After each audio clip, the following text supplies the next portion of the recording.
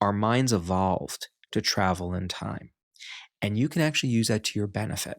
So, number one, how am I going to feel about this issue next week, next month, next year? Most of our emotions follow a time course. They get triggered, and as time goes on, they eventually subside. Most of our emotional experiences follow that trajectory, but when we are stuck in chatter, we just zoom in on the awfulness. It feels like it's never going to end. When you jump into the time travel machine, how am I going to feel about this 10 years from now, 20 years from now? It highlights the fact that what you're going through, as bad as it is, it's not permanent. Things will eventually get better. It gives you hope.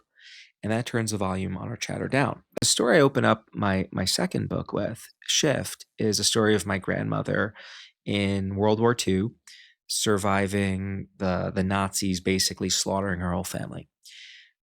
My grandmother's my ace in the hole. When things feel so big and just kind of, how am I possibly going to get through this? I jump into the mental time travel machine. I go back to 1940 whatever. I spend just a little bit of time with my grandmother in my mind. And what that does for me is it zooms me out. It makes it super clear to me that what I'm going through, as difficult as it is, it pales in comparison to what she went through and survived.